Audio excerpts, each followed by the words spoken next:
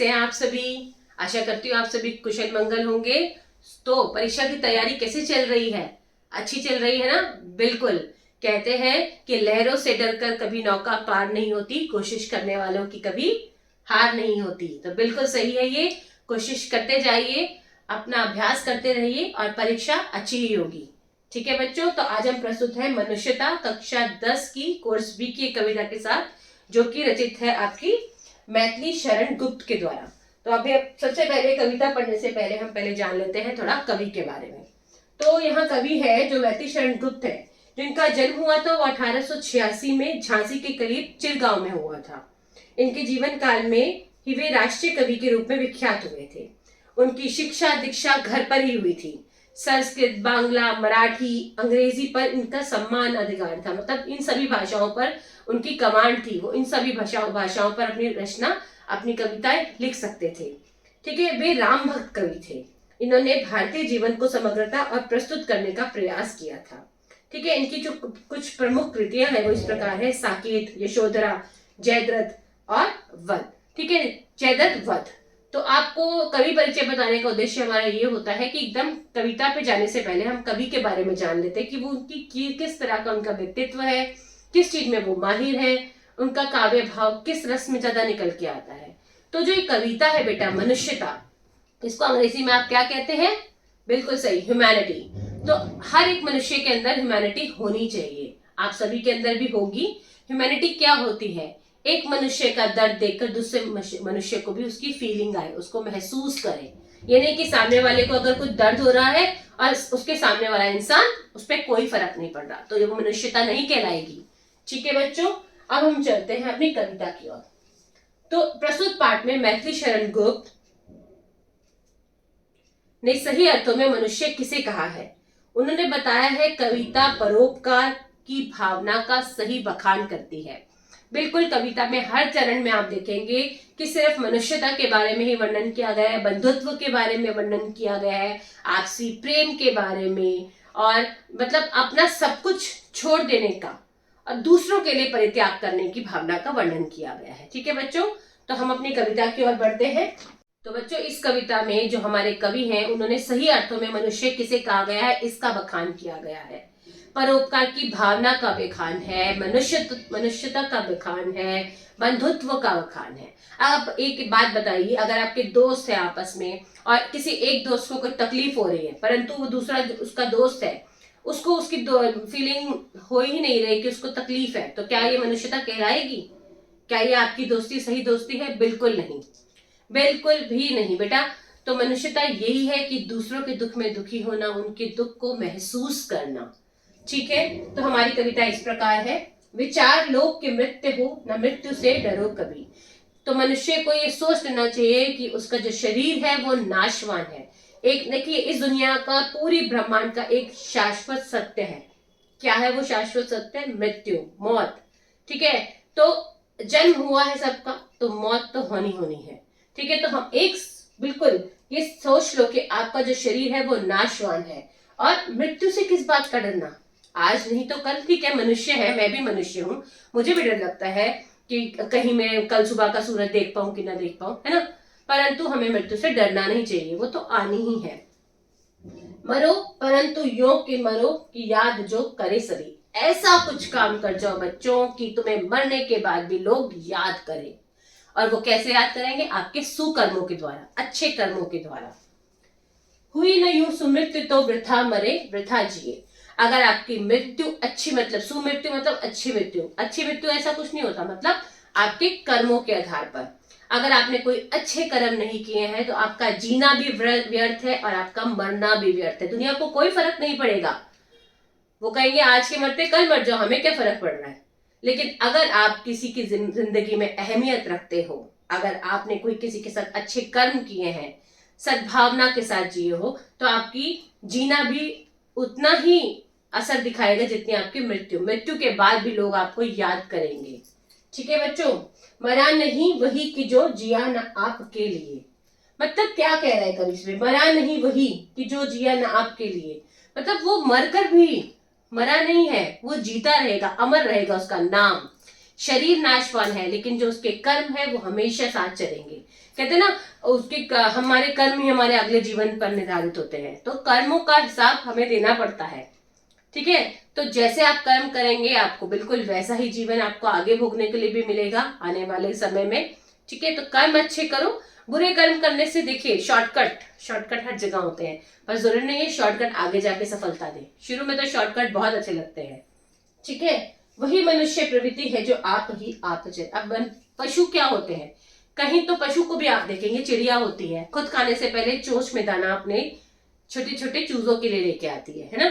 परंतु कुछ जानवर जो होते हैं सिर्फ अपना ही चरते रहते हैं, खाते रहते हैं, उससे दूसरे जानवरों की या जो उनके साथ वो रह रहे हैं उनकी कोई चिंता नहीं होती। लेकिन मनुष्य जात एक ऐसी जात है, एक ऐसी जाति है मनुष्य, जो दूसरों के लिए भी सोचते हैं, है ना बच्चों। हम लोग, हमारे अंदर भी ये प्रवृत्ति होती है, दोस्तों के लिए सोचना, माता पिता के लिए सोचना, समाज के लिए सोचना। ऐसे बहुत सारे समाज सेवी हैं। अगर मैं कोरोना में जाऊं तो मुझे सोनू सूद की याद आती है ना। तो जिसने अपना मतलब सर्वस्व निछावर कर दिया सिर्फ करो जो लोग थे उनको अपने घर पहुंचाने के लिए, उनके घर पहुंचाने के लिए। वही मनुष्य है जो मनुष्य के लिए मरे। सच्चा मनुष्य वही है जो दूसरों के लिए जिए और दूसरों के लिए मरे। ठीक है बच्चों, तो हमें पशु प्रवृत्ति में नहीं जीना है जो अपने लिए चलता है, हमें मनुष्य बनना है। और सही मनुष्य वही होता है जो मनुष्यता करे, ह्यूमैनिटी हो जिसमें। ठीक है बच्चों, आगे बढ़ते हैं। उसी उदार की कथा सरस्वती बखारती, उसी उदार से धरा कृतार्थ भाव मानती। इसमें कवि क्या कह रहे हैं, कवि कह रहे हैं कि जो मनुष्य दूसरों के लिए सोचते हैं उनकी कहानियां तो इतिहास में भी लिखी जाती हैं। अगर मैं यहाँ खड़े होकर सोनू सूद की बातें कर रही हूँ या किसी और की बातें कर रही हूँ, तो उसने कुछ तो काम ऐसे किए होंगे ना कि जिससे मैं उसको याद कर रही हूँ। एक सोनू सूद तो एक छोटा सा उदाहरण है, ऐसा मत जानिएगा कि मुझे बहुत पसंद है, उसके कर्म मुझे पसंद है। ठीक है, उसी उदार से धरा कृतार्थ भाव मानती, धरा धरती भी उसे उसका एहसान मानती है बच्चों। जो मनुष्यता करता है, जो दूसरों के लिए जीता है सदैव, धरा धरती भी उसका एहसान मानती है। उसी उदार की सदा सजीव कीर्ति गूंजती, कीर्ति मतलब फेमस, उसकी जो पॉपुलैरिटी होती है। तो जो लोग दूसरों के लिए जीते हैं तो उनकी पॉपुलैरिटी तो हर जगह होती है। ठीक है, तथा उसी उदार को समस्त सृष्टि पूजती, और उसी उदार हृदय मतलब उदार मतलब अच्छा, दूसरों के लिए, दूसरों के दर्द में दुखी होने वाला, दानवीर एक तरह का कह दे, उदार दूसरों के लिए जीने वाला। ठीक है, एम्पैथी की भावना होती है, सहानुभूति होती है। तो ऐसे लोगों को तो बेटा सृष्टि भी पूछती है, मतलब पूरा ब्रह्मांड, पूरा संसार उन लोगों को याद करता है हमेशा।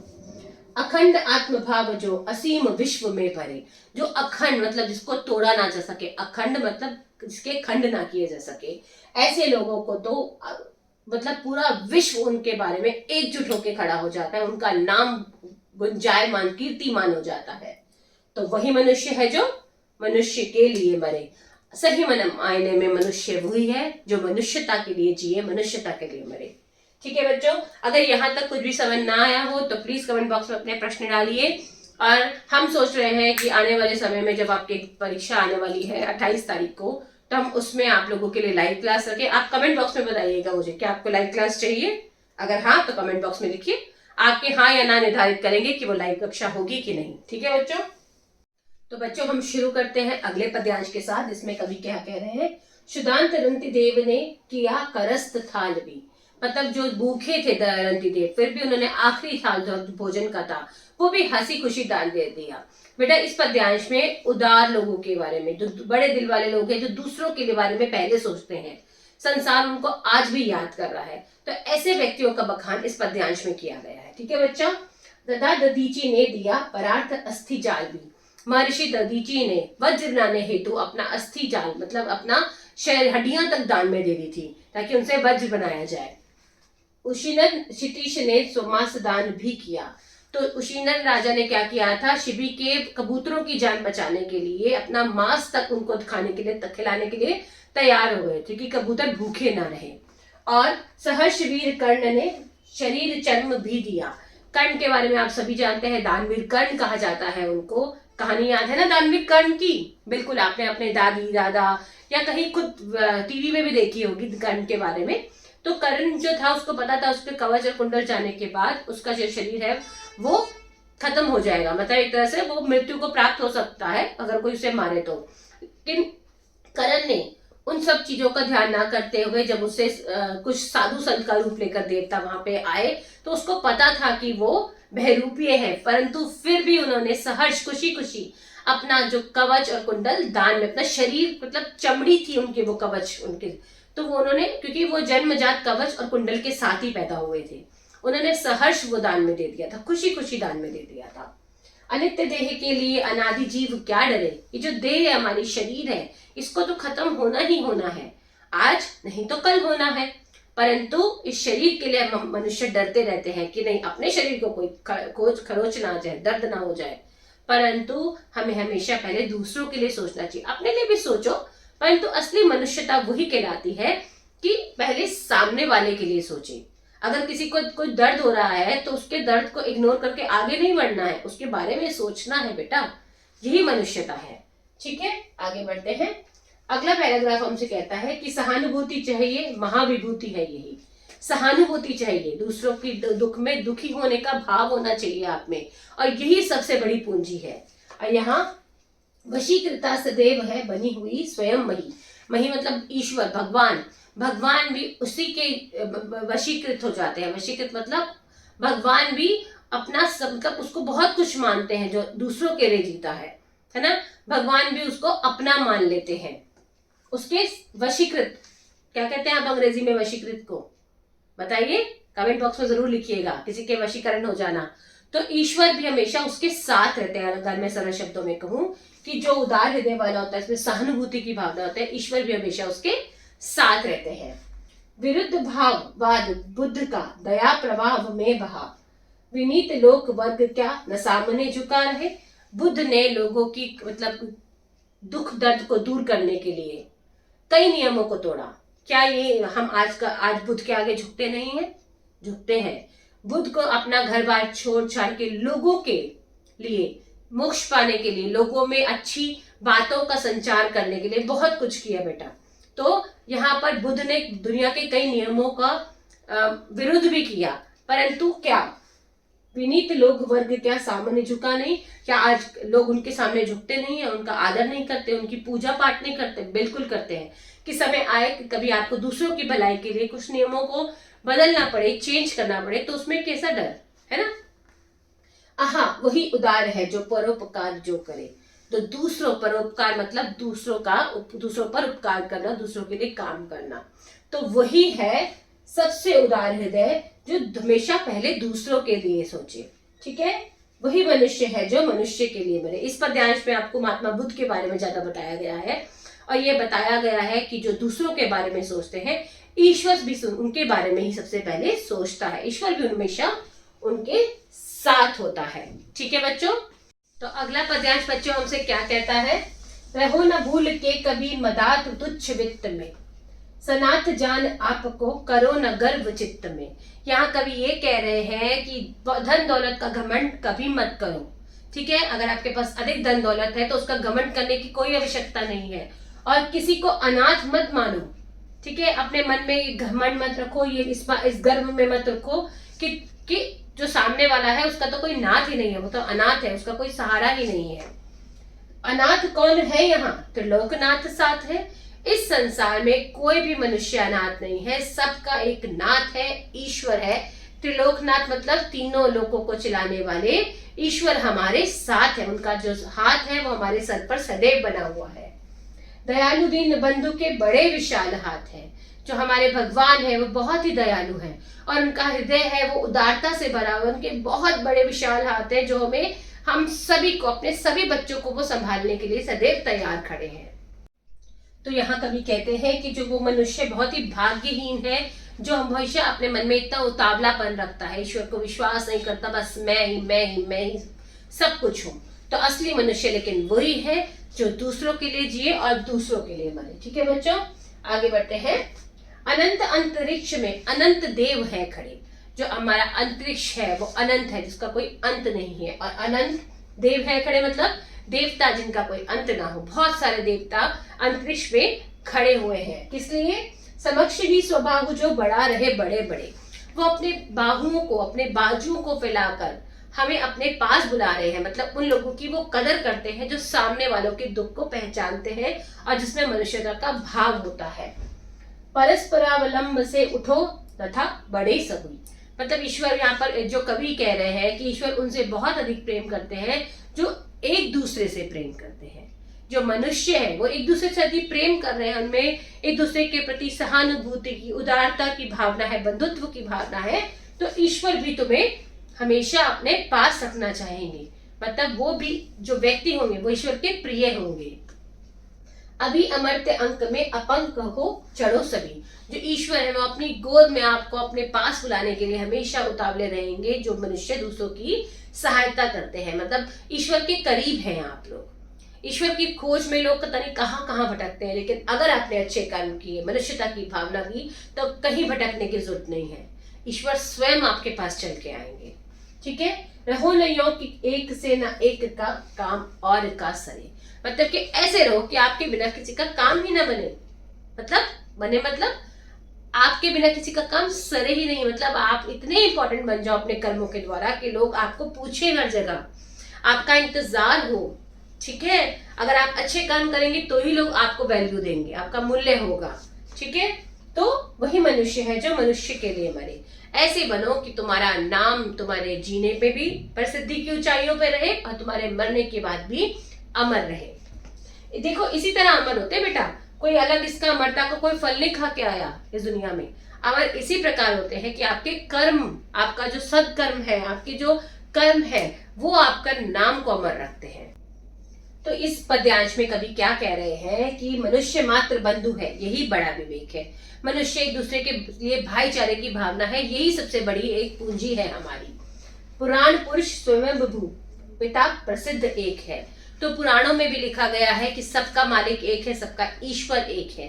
ठीक है, फलानुसार कर्म के अवश्य भाई भेद है। जिस प्रकार का कर्म करोगे, बात बिल्कुल यही है कि जिस प्रकार का कर्म करोगे वैसे ही फल मिलेंगे, ये बिल्कुल सही बात है। परंतु अंतरेक में प्रमाण भूत वेद है, लेकिन वेद भी इस बात का प्रमाण है कि जो अच्छे कर्म करता है उसको आगे ईश्वर का साथ मिलता ही मिलता है ना। अच्छे कर्मों का तो ईश्वर भी साक्षी है, वेद भी साक्षी है, पुराण भी साक्षी है। अनर्थ है कि बंधु ना बंधु की व्यथा हरे, ये तो अनर्थ हो गया ना। ये तो बिल्कुल गलत बात है कि एक हम भाई भाई होकर भी एक दूसरे के व्यथा मन की भाव को ना जाने, तो ये तो बहुत ही गलत बात है। अगर सामने वाला हमारा दोस्त उदास है और हम उसे जाके पूछे भी नहीं एक बार कि भाई तू उदास क्यों है, ठीक है, वही मनुष्य है जो मनुष्य के लिए मरे। तो अच्छा सही मनुष्य वही है जो हमेशा दूसरों के लिए जिए और दूसरों के लिए मरे। तो अगला पद्यांश क्या कहता है बच्चों, चलो अभिष्ट मार्ग में सहर्ष खेलते चलो, कि जो भी आपका इच्छित मार्ग है, जिस पर भी आप चलना चाहते हो, उस पर खुशी खुशी चलो। ठीक है, लेकिन कैसे चलना है, विपत्ति विघ्न जो पड़े उन्हें धकेलते चलो। जो भी रास्ते में विपत्ति आए, कठिनाई आए, मुश्किलें आए, उनको दूर करते हुए साहस से आगे बढ़ो। घटे न हेल मेल हाँ, बढ़े न विभिन्नता कभी, लेकिन इस रास्ते पर चलते चलते कभी भी एक दूसरे से अलगाव ना हो, मतलब बिछड़ो नहीं एक दूसरे से।